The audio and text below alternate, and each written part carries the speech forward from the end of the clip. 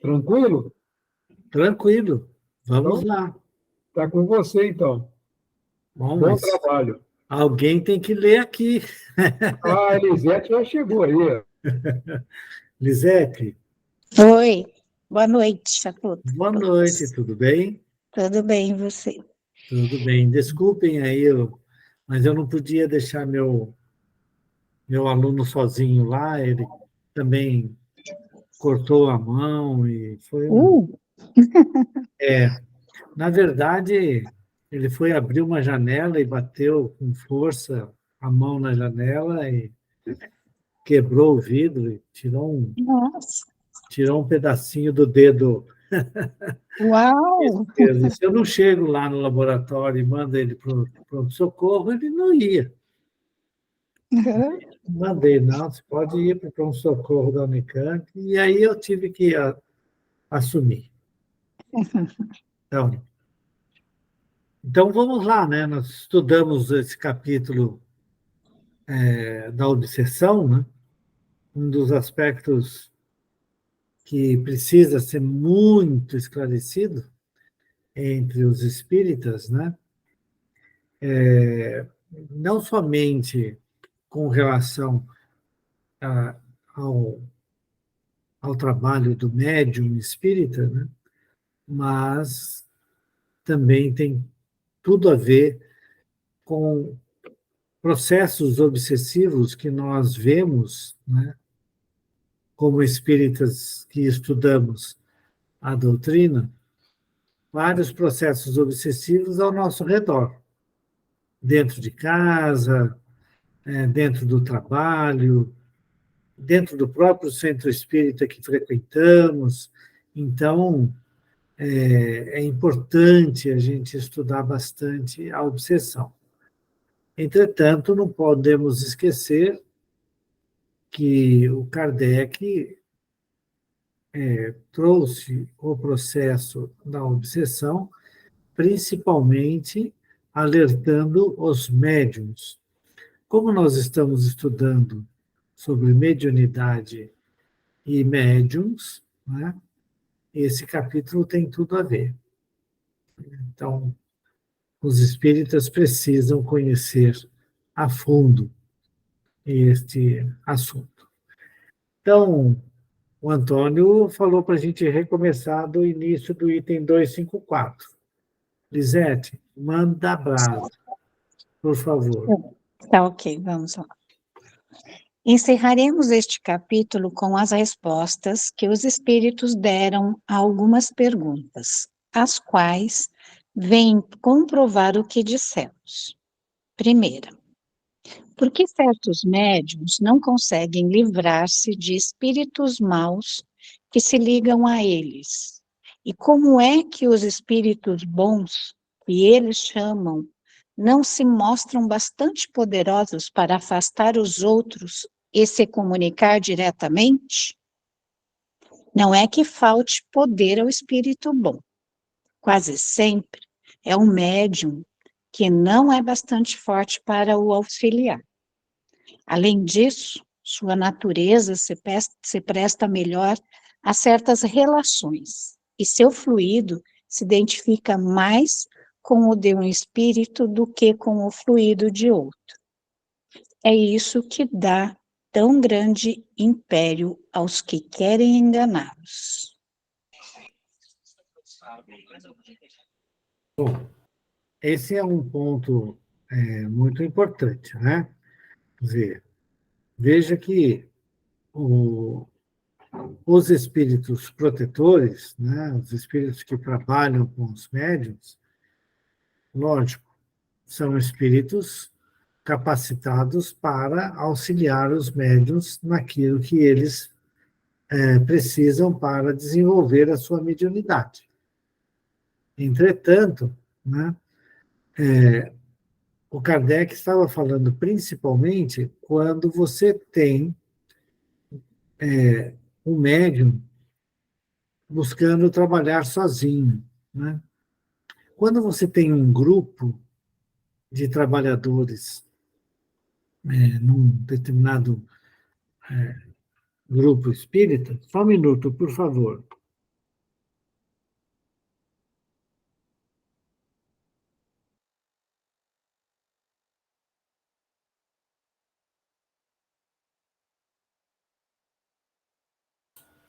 Desculpem.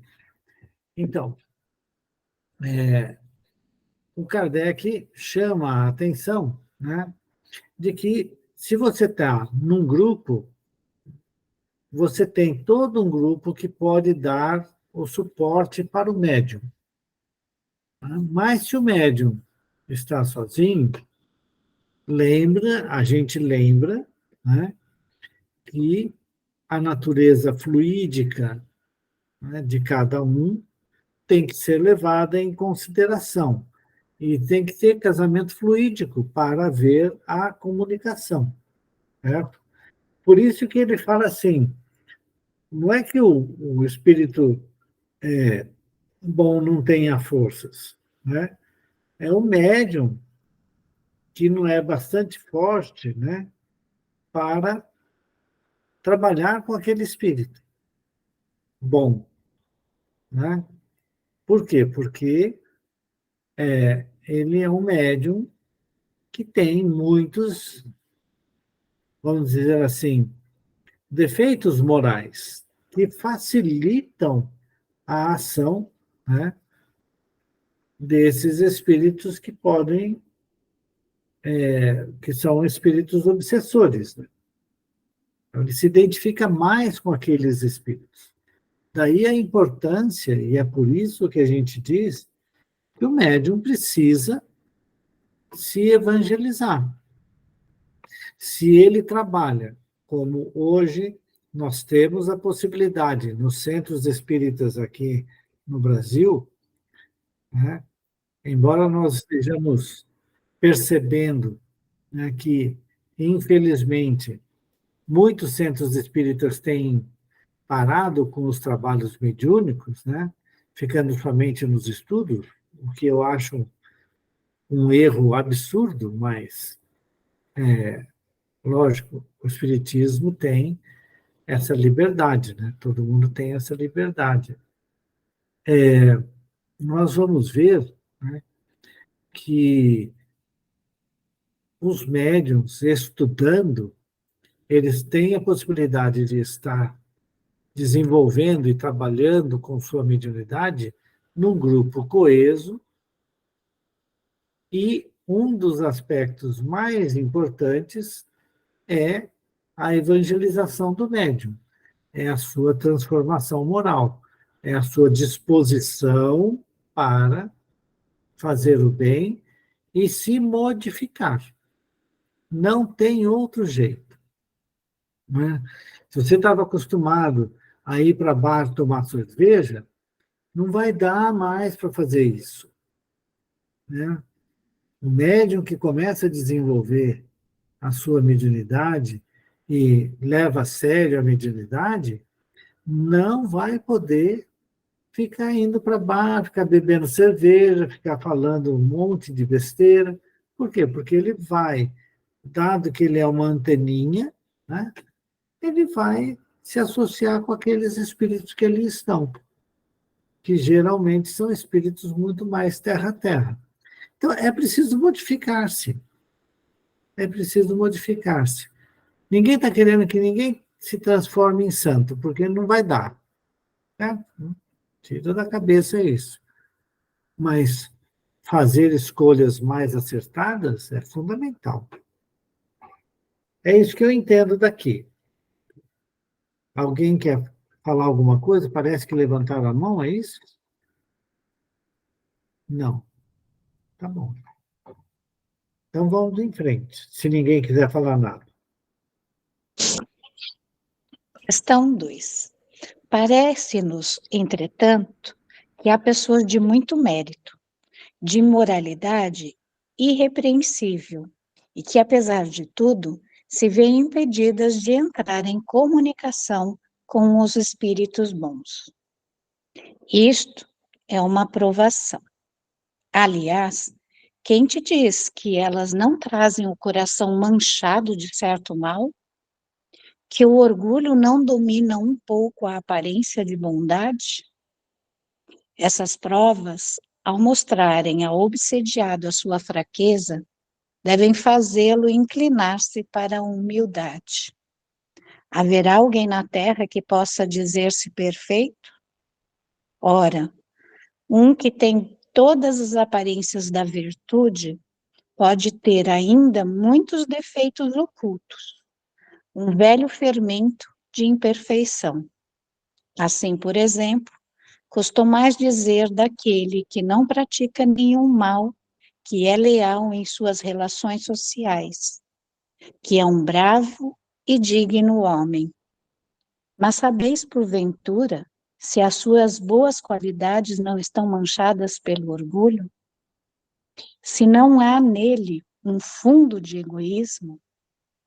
Se não é avarento, ciumoso, rancoroso, ciumento, rancoroso, maledicente e mil outras coisas que não percebeis porque as vossas relações com ele não vos permitiram descobri-las? O meio mais poderoso de combater a influência dos espíritos maus é aproximar-se o mais possível da natureza dos bons.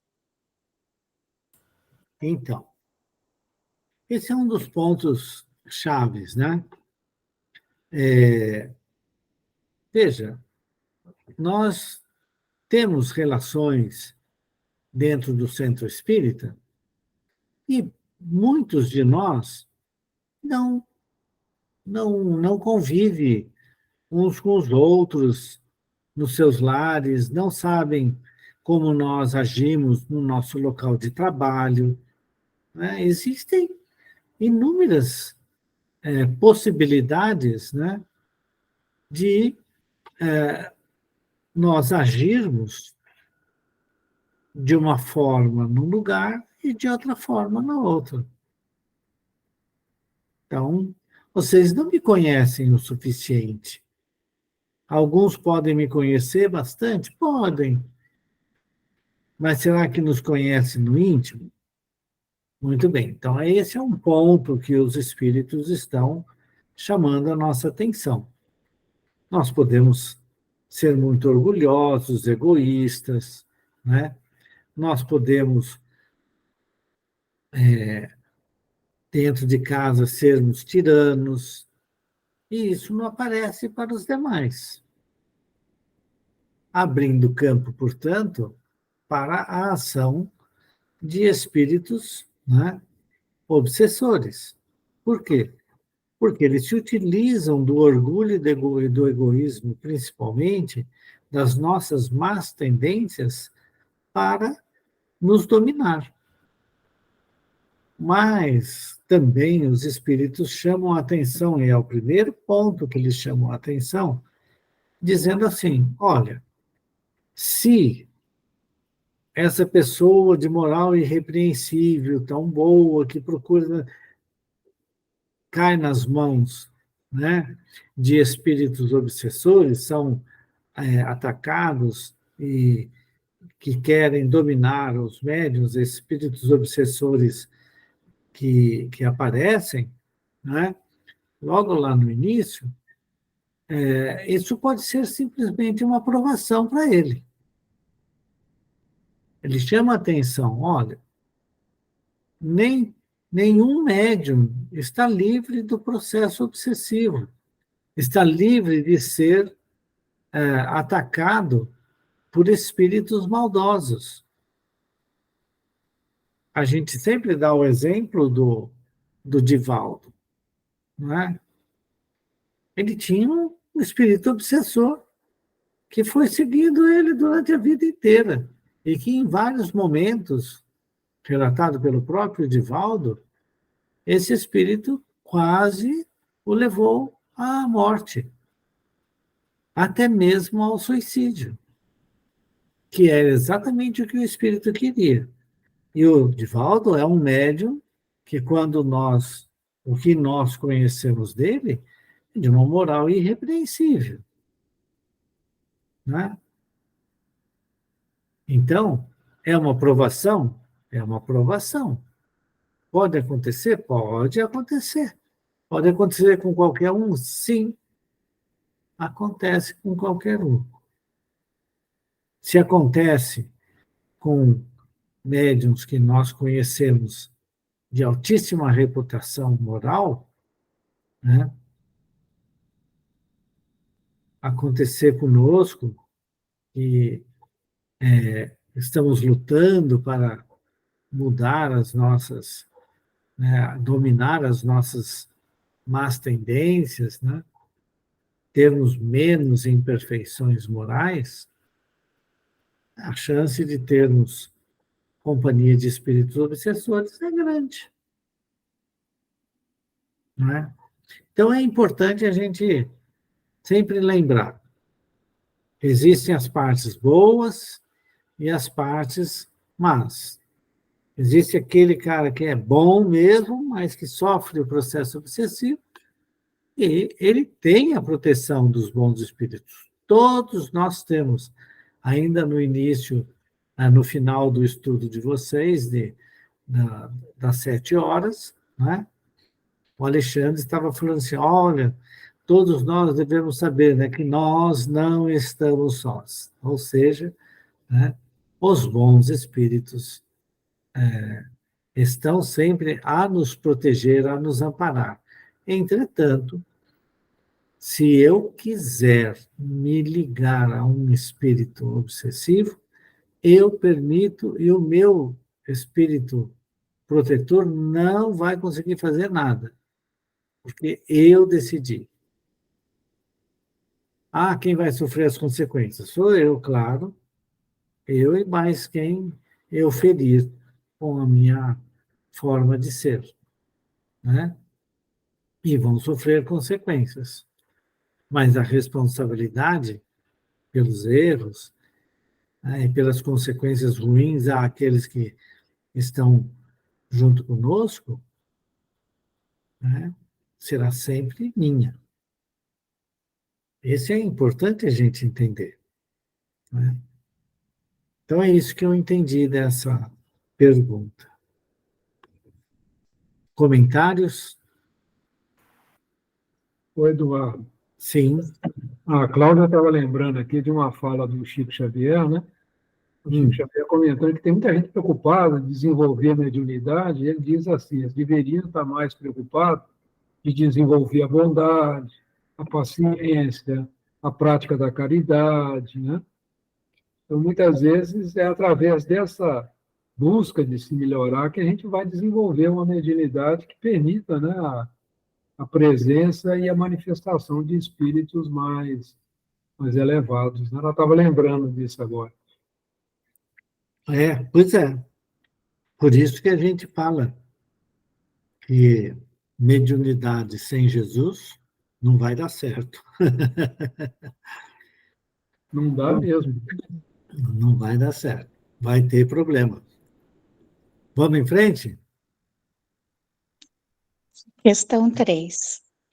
A obsessão que impede um médium de receber as comunicações que deseja é sempre um sinal de indignidade de sua parte? Eu não disse que é um sinal de indignidade, mas que pode haver um obstáculo contrapondo-se a certas comunicações. Cabe ao médium resolver o obstáculo que se encontra nele mesmo. Sem isso, suas preces e suas súplicas de nada valerão. Não basta que um doente diga ao seu médico: dê-me saúde, quero passar bem.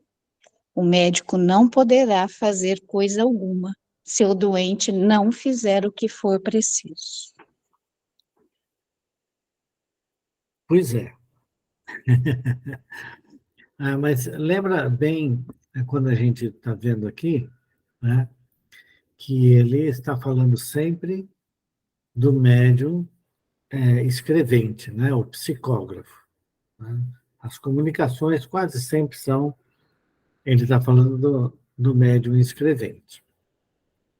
Entretanto, isso que está colocado aí, né, se aplica a qualquer tipo de mediunidade, né? A principais. E aqui no Brasil, o mais comum é a mediunidade psicofônica, né? Em que o médium fala aquilo que o espírito está querendo que seja falado, né? Então, É quando o espírito, vou colocar entre aspas, toma o médium para falar. Né? Mas esse é um ponto muito importante, né? Então, o, o médium é responsável. Por mais que os espíritos queiram, se o médium não quiser seguir na direção que eles estão sugerindo, não vai acontecer a comunicação, vai ser impossível. Dúvidas? Não, vamos em frente. Quarta pergunta. Assim, a impossibilidade de comunicar-se com os espíritos bons seria uma espécie de punição? Em certos casos, pode ser uma verdadeira punição, como a possibilidade de comunicar-se com eles é uma recompensa que deveis vos esforçar por merecer. Veja-se perda e suspensão da mediunidade, item 220. A gente não vai olhar o item 220, né? Mas, efetivamente, pode sim ocorrer, né, que o médium não consiga se comunicar ou receber comunicações de bons espíritos. E isso daí poderia ser considerado uma espécie de uma punição, né? Bom, pode ser sim, mas a pergunta, né, o que o médium está fazendo para poder receber essas, essas comunicações? Que esforço que ele está fazendo, né, para poder vencer as dificuldades e voltar a ter a comunicação dos espíritos bons? Se o médium não faz a parte dele, os espíritos não vão poder fazer.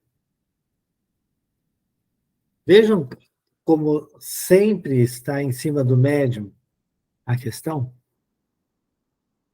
Vamos lá. Pergunta 5. Não se pode também combater a influência dos espíritos maus moralizando-os? Sim, mas é o que não se faz. E é o que não se pode deixar de fazer, porque muitas vezes isso constitui uma tarefa que vos é dada e que deveis desempenhar caridosamente, religiosamente. Por meio de sábios conselhos, é possível induzi-los ao arrependimento e apressar o progresso deles. Leia a continuidade. 5a. Como pode um homem ter mais influência nesse caso do que os próprios espíritos? Os espíritos perversos se aproximam mais dos homens que eles procuram atormentar do que dos espíritos, dos quais se afastam o mais possível. Nessa aproximação como seres humanos, quando encontram algum que os moralize, a princípio não o escutam e até riem dele. Depois, se este souber cativá-los, acabam por se deixarem tocar. Os espíritos elevados só lhes podem falar em nome de Deus, e isto os apavora. O homem, evidentemente, não dispõe de mais poder do que os espíritos superiores, mas sua linguagem se identifica melhor com a natureza daqueles outros, e ao verem o ascendente que o homem pode exercer sobre os espíritos inferiores, compreendem melhor a solidariedade que existe entre o céu e a terra. Além disso, o ascendente que o homem pode exercer sobre o espírito, sobre os espíritos, guarda razão com a sua superioridade moral. Ele não domina os espíritos superiores, nem mesmo os que, sem serem superiores, são bons e benevolentes, mas pode dominar os que lhes são inferiores em moralidade. Veja seu item 279. Então, é importante, é importantíssima essa resposta, porque foi ela que levou, né, no trabalho, nos trabalhos realizados nas casas espíritas no Brasil, né, a esse trabalho que o pessoal chama, né, de doutrinar os espíritos. Começava com essa palavra, doutrinação. E a doutrinação nada mais era do que falar para o espírito: olha, você está fazendo coisa errada, é melhor você ir nessa outra direção, aceita a ajuda dos bons espíritos, entenda que você está fazendo mal para as pessoas, mas você está fazendo mal para você mesmo, e assim por diante. Isso daí, né, é a ferramenta principal, né, que aí os próprios espíritos falam, né? É aí que vem a importância de fazer caridosamente e religiosamente o amparo a esses espíritos obsessores, ou espíritos sofredores que são colocados pelos espíritos obsessores junto das pessoas que eles querem prejudicar. Então, é muito importante a gente prestar atenção nisso, né? Todo o trabalho dos centros espíritas vem na direção de ser um pronto-socorro para os espíritos. Tem alguns aspectos interessantes que eu gostaria de chamar a atenção, né? Quando nós olhamos a quantidade de espíritos, né, que estão ao nosso redor, né, e eles estão mais próximos da crosta terrestre, portanto, naquela pergunta 459 do Livro dos Espíritos, né, se os espíritos nos influenciam, eles nos influenciam em muito.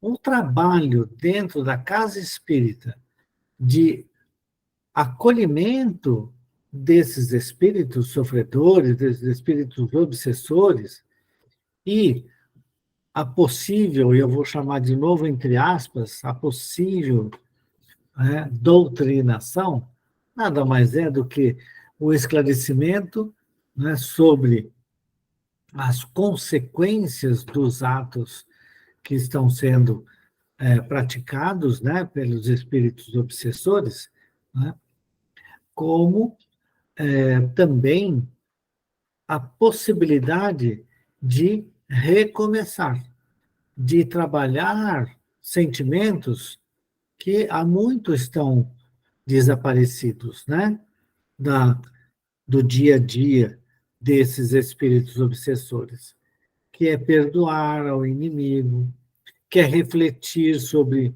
quem começou. De repente, né, esta conversa pode ir neste caminho e dizer: pois é, meu irmão, você tem toda a razão, né? Sofreu muito nas mãos, né, de fulano de tal, certo? Mas será que não foi você que começou a fazer isso, mesmo que seja em vida anterior, e que, pelo fato dele ser ainda imperfeito, ele não conseguiu perdoar você?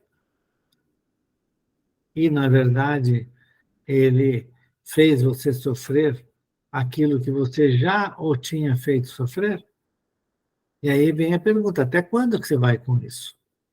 Né? Então, este diálogo tem dois aspectos importantes. Primeiro, o médium receber com muito amor o espírito que vem. Receber como se fosse abraçando um filho querido. O espírito tem que se sentir abraçado, né, e desejado pelo médium. quando ele faz este movimento, né, ele consegue mexer, né, nos sentimentos do espírito. Aí vem o dialogador, começa a conversar com o espírito, né, e vai chegando no esclarecimento e depois, né, no acolhimento desse espírito para seguir em local de tratamento no plano espiritual e, após isso, tomar as decisões que ele deve tomar para a sua retomada, né, da escalada evolutiva, porque ele não vai poder ficar parado, né, como nenhum de nós. Então, é muito interessante isso. E é por isso que o Kardec fala assim, mas um homem tem mais poder que um espírito para fazer isso? Né? E aí vem esse aspecto que a gente comentou. Muitas vezes, a gente pensa que não tem ninguém, né? Que a gente está se reunindo lá e que o espírito vem e que a gente vai conversar com ele, porque ele quis vir e a gente, legal, é um papo bacana, isso aqui. Não é assim.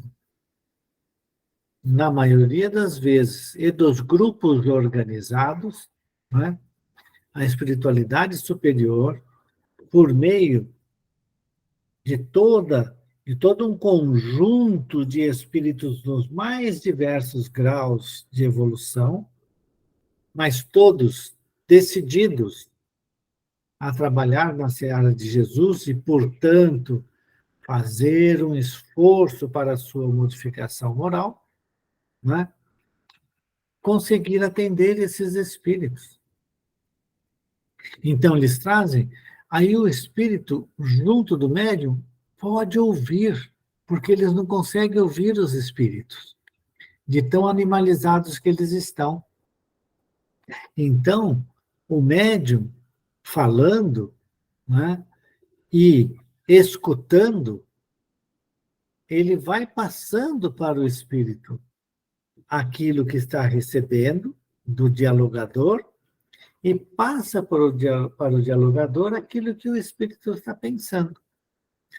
Esse é um trabalho, esse dinamismo, quando feito com muito amor, vai ajudar uma imensidade de espíritos que estão, muitas vezes, largados no plano espiritual, né?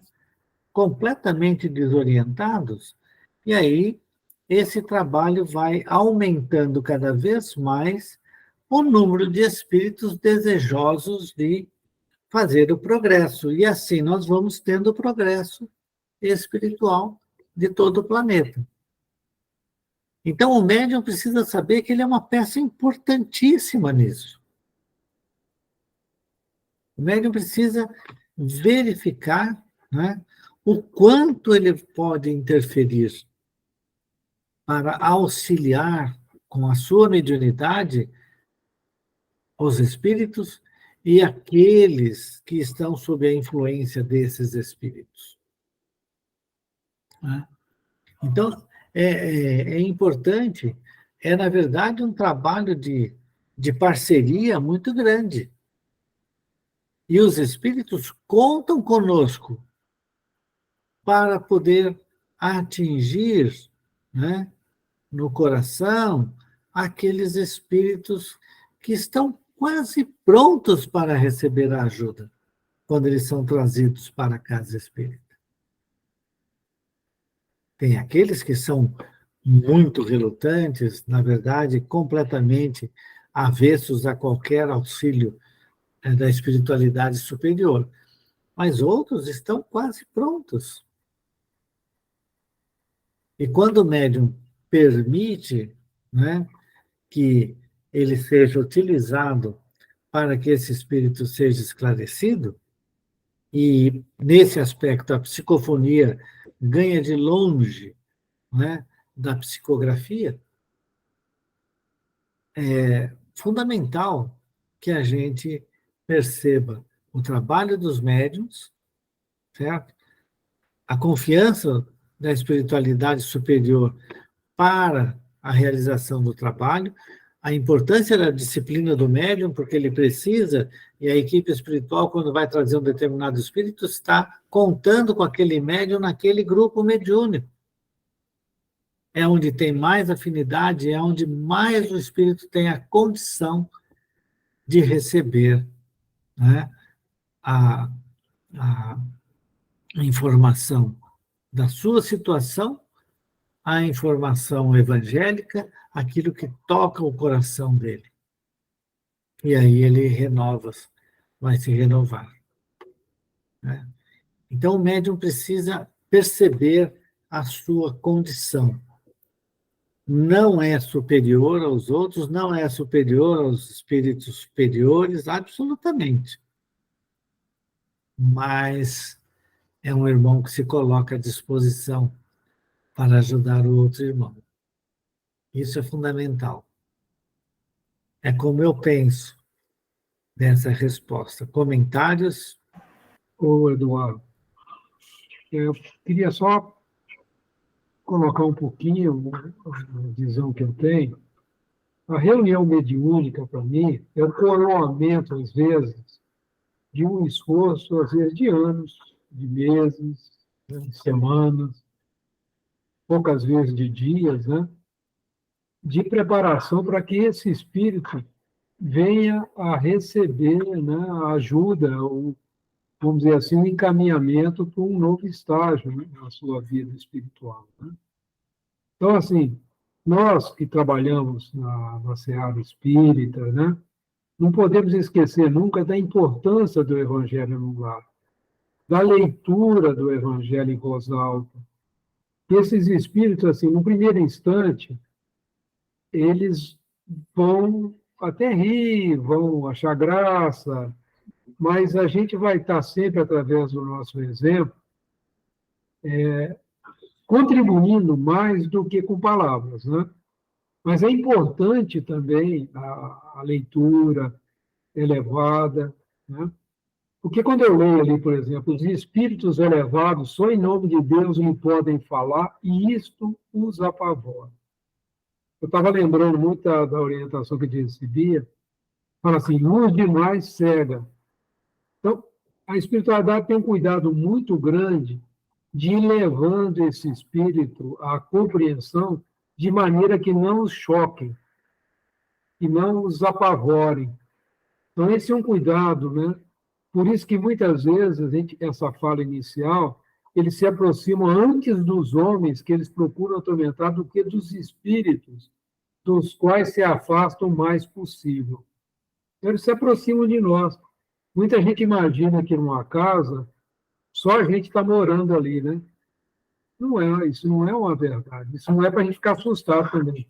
Mas se a gente não tiver esse cuidado de estar procurando nossa convivência familiar, de dar o exemplo do Evangelho, de abrir um dia para a leitura do Evangelho, fica mais difícil tocar esses corações, para que venha o coroamento na reunião mediúnica.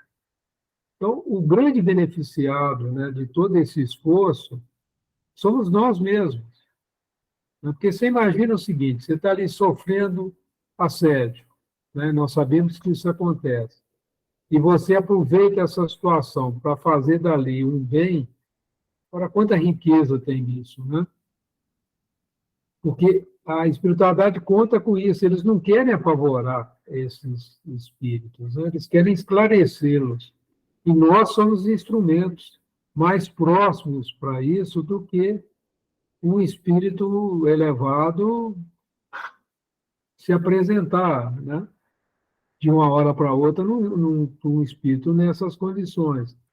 Então, a importância, né, desse trabalho, que a gente tenha consciência que a reunião mediúnica, que às vezes a gente observa o seguinte, eu já vi os espíritos chamando a atenção da equipe que trabalha mediunicamente, fala assim, pessoal, a reunião não acontece só aqui é só o fechamento.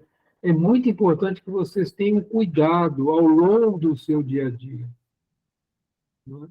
Com a exemplificação, com o seu falar, com o seu conviver no ambiente de trabalho, no ambiente em casa, que tudo isso faz parte do trabalho de ajudar essa espiritualidade a sair da cristalização mental que muitas vezes eles estão.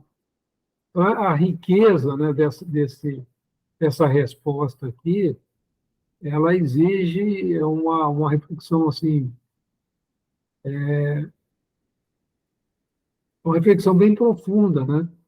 Porque aqui se coloca, ademais, o ascendente que o homem pode exercer está na razão da sua superioridade moral. Ele não domina os espíritos superiores, nem mesmo os que, sem ser, são bons e benevolentes, mas pode dominar os que lhes são inferiores em moralidade. Dominar no sentido assim, não de você dominar para ter poder sobre ele, mas no sentido de poder levá-los, né, a uma compreensão melhor da vida, uma compreensão de uma moralidade cristã, né, mais profunda. Essa é a grande tarefa. E só com exemplo nós conseguimos isso. Eduardo, era isso que eu queria só complementar. Você já... Eu acho que você complementou muito bem. Eu também ia falar sobre esse aspecto que você falou no final, e é isso mesmo. Que bom que você falou. Mais comentários, dúvidas de alguma pessoa? Não? Algum comentário? Então, vamos em frente. Questão 6. A subjugação corpórea, chegada a certo grau, poderá levar à loucura? Sim, há uma espécie de loucura cuja causa o mundo desconhece, mas que não tem relação alguma com a loucura comum. Entre os que são tidos por loucos, muitos são apenas subjugados. Precisariam de um tratamento moral e não de tratamentos corpóreos, pois que com estes os tornamos verdadeiros loucos. Quando os médicos conhecerem bem o espiritismo, saberão fazer essa distinção e curarão mais doentes do que com as duchas. Item 221. Então, esse é um dos aspectos, né, que nós também estudamos aí, o Kardec nós já vimos esse aspecto, né? E efetivamente a loucura, de uma certa maneira, aqui no Brasil, né, pelo menos, se ainda tiver, né, são poucos os locais que seriam hospitais de loucos, né, em que todo mundo vai para lá. Existem ainda determinadas pessoas cujo estado mental seja tal que precisa de ficar internado em alguma instituição? Sim, ainda existem, né? Mas a grande maioria hoje deve ter tratamento psiquiátrico, né, fora do ambiente de presos.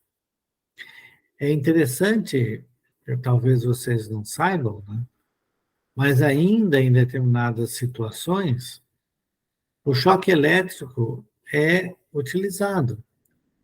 E o interessante é que o choque elétrico afasta, né, os espíritos que estão subjugando a determinada pessoa. Porque ele leva aquele choque. Ele está tão próximo, né, que ele leva o choque. Mas não é sobre o choque que eu quero falar. Só quero comentar, né, é que efetivamente, da mesma maneira, né, que quando você tem ataques epilépticos que são causados por espíritos, e esse ataque epilético vem sempre e vai se mantendo, ocorrendo várias e várias vezes, vai acabar lesando o cérebro do epiléptico. E o que vai acontecer? Mesmo com o perdão, a aceitação e a reencarnação daquele espírito que estava provocando os ataques epiléticos, né, o epilético vai continuar mais esporadicamente, mas vai continuar tendo os ataques epiléticos. Por quê? Porque lesou o cérebro, né?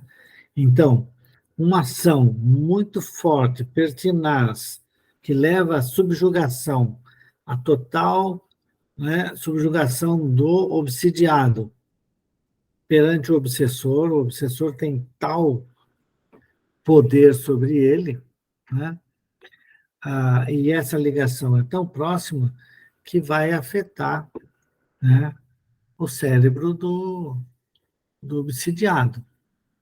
E pode, sim, a pessoa ter processos depois que são considerados de esquizofrenia, loucura, né?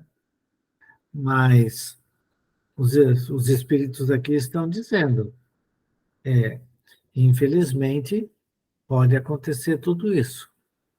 Mas em vários presídios, eu estou chamando de presídio de propósito, né?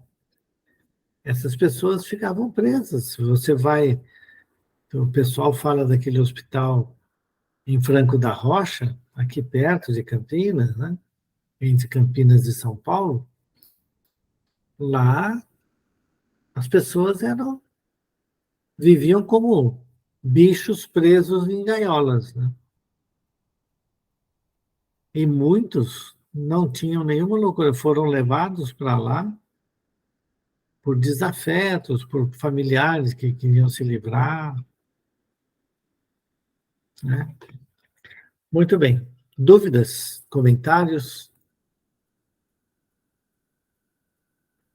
Pergunta 7.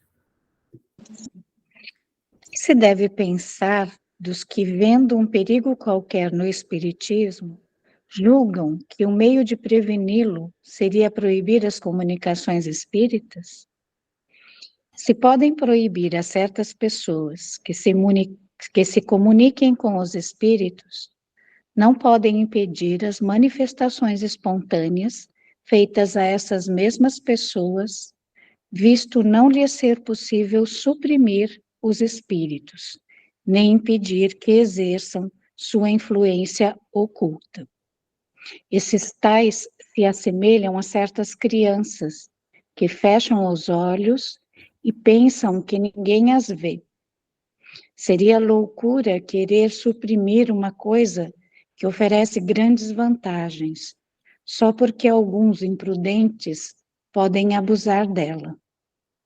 Os meios de se prevenir os seus inconvenientes é, ao contrário, torná-la conhecida em profundidade.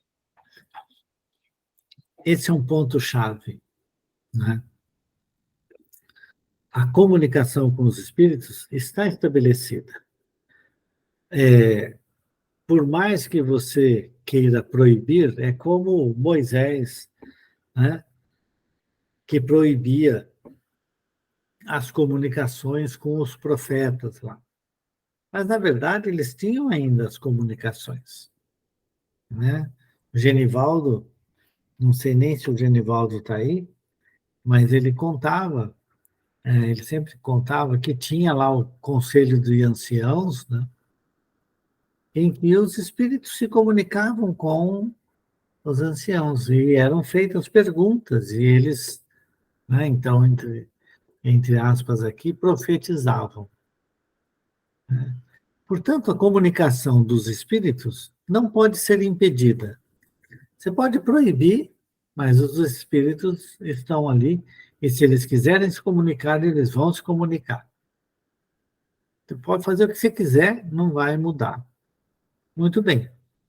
Ora, se eles podem se comunicar independentemente, né, da nossa vontade, a melhor coisa a se fazer é saber quem são os espíritos que estão se comunicando conosco. E, portanto, permitir naturalmente, né, que as comunicações ocorram, para que, através da análise séria, ficar com aquelas que nos levam a crescimento espiritual na direção do bem, do amor, de Jesus, de Deus, nosso Pai, certo? E jogarmos fora aquilo que vem dos espíritos para nos manter em sofrimento, nos manter em erro. Então, né, não são as manifestações espíritas que devem ser canceladas, porque alguns que se dizem espíritas praticam atos que são absolutamente fora, né, do pensamento espírita. É dele, daquela pessoa, individualmente. Segunda coisa, se você estudar, né, como que se processa a mediunidade, você vai ver que o ponto-chave está no próprio médium. O ponto-chave do processo mediúnico está no médium. Certo? E, portanto, o médium conhecer também o processo mediúnico é essencial para que ele possa fazer esse seu trabalho, né, de renovação e de caridade. Kardec diz assim: fora da caridade não há salvação, não é? Esse é o lema dos espíritos para todos nós. Fora da caridade não há salvação, né? E, portanto, não é impedindo, mas sim praticando a mediunidade no bem de todos, sem orgulho, sem egoísmo, sem vaidade, mas com humildade, é que o processo mediúnico bem feito vai levar ao bem da humanidade. Então é isso. E eu acho que assim a gente acaba fechando o capítulo. Comentários? Tem mais coisa além dessa sétima? Não, né? Não, acabou. É o fim desse estudo obsessão. É isso aí. Comentários? Outros? Se não tiver, o que nós temos que fazer agora? Tá, já são 8h52, ainda temos 8 minutos, que talvez fosse interessante fazer a leitura, né, no Seara dos Médiuns, do capítulo que nos levou a isso aqui. O que vocês acham? Qual que é o número da lição?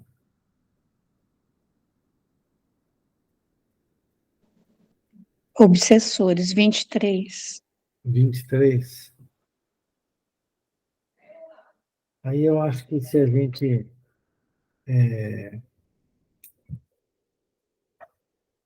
lê agora, né, eu acho que vale a pena a gente fazer só a leitura, talvez, sem a gente ficar discutindo. Mas aqui, nesse caso aqui, eu vou dar a palavra para o Antônio. Ou então a Lisete lê para nós e a gente encerra. Senhor Antônio, o que achas? Acho que a voz dela é melhor, né? Hein? Acho que a voz da Elisete é melhor do que a minha.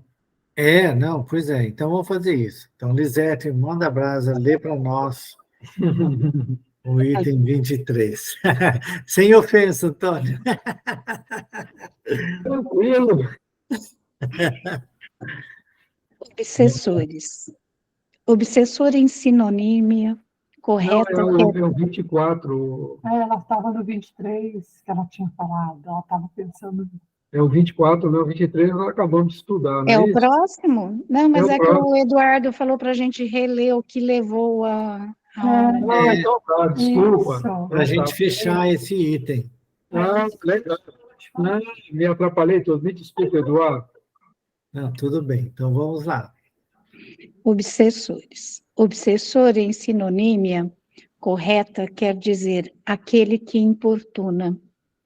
E aquele que importuna é quase sempre alguém que nos participou a convivência profunda no caminho do erro, a voltar-se contra nós quando estejamos procurando a retificação necessária. No procedimento de semelhante criatura, a antipatia com que nos segue é semelhante ao vinho do aplauso convertido no vinagre da crítica. Daí a necessidade de paciência constante para que se lhe regenerem as atitudes.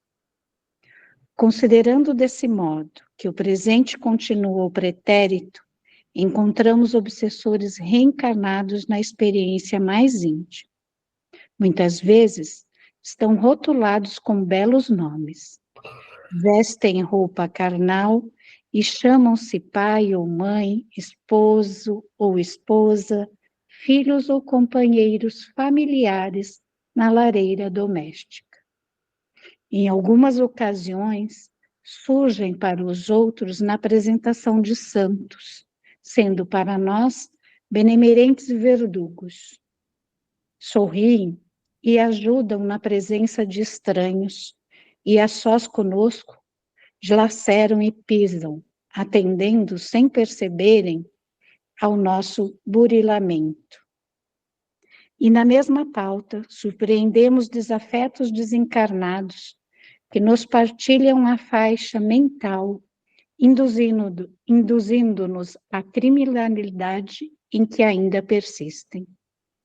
Espreitam-nos a estrada, a afeição de cúmplices do mal, inconformados com o nosso anseio de reajuste, recompondo de mil modos diferentes as ciladas de sombra em que venhamos a cair, para reabsorver-lhes a ilusão ou a loucura. Recebe, pois, os irmãos do desalinho moral de ontem com espírito de paz e de entendimento. Acusá-los seria o mesmo que alargar-lhes a ulceração com novos golpes. Crivá-los de reprimendas expressaria indução lamentável a que se desmereçam ainda mais. Revidar-lhes a crueldade significaria comprometer-nos em culpas maiores. Condená-los é o mesmo que amaldiçoar a nós mesmos, uma vez que nos acompanham os passos, atraídos pelas nossas imperfeições. Aceita-lhes injúria e remoque, violência e despreza de ânimo sereno, silenciando e servindo. Nem brasa de censura, nem fel de reprovação. Os obsessores visíveis e invisíveis são nossas próprias obras, espinheiros plantados por nossas mãos. Endereça-lhes, assim, a boa palavra ou o bom pensamento sempre que preciso, mas não lhes negue paciência e trabalho, amor e sacrifício, porque só a força do exemplo nobre levanta e reedifica ante o sol do futuro. E o Emmanuel fecha com chave de ouro, né?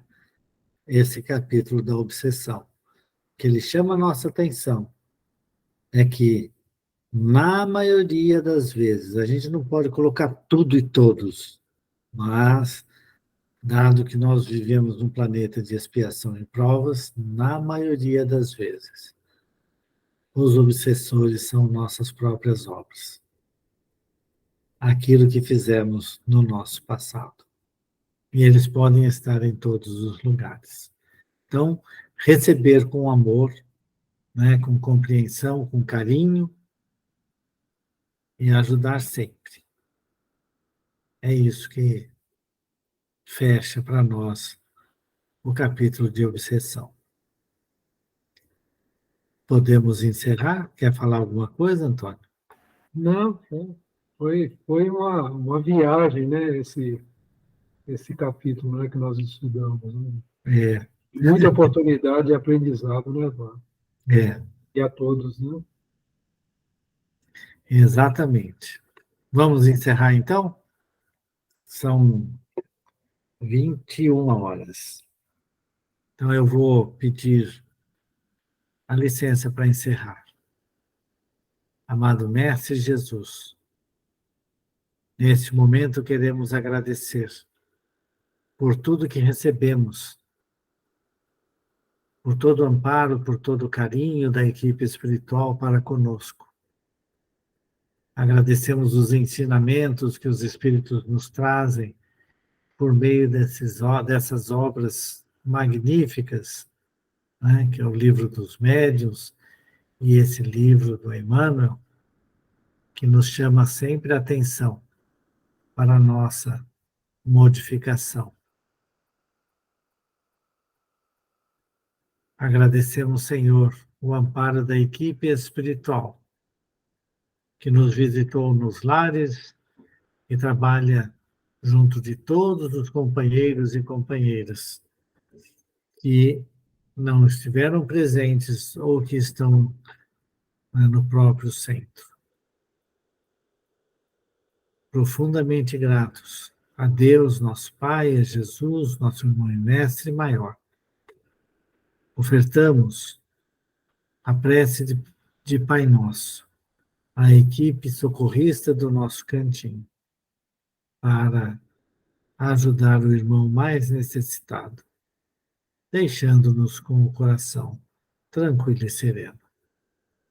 Pai nosso que estais nos céus, santificado seja o vosso nome, venha a nós o vosso reino, seja feita a vossa vontade, assim na terra como no céu. O pão nosso de cada dia nos dai hoje, perdoai, Senhor, nossas dívidas, como perdoarmos nossos devedores, nossas ofensas, como perdoarmos nossos ofensores. Não nos deixeis cair em tentação, mas livrai-nos de todo mal, que assim seja.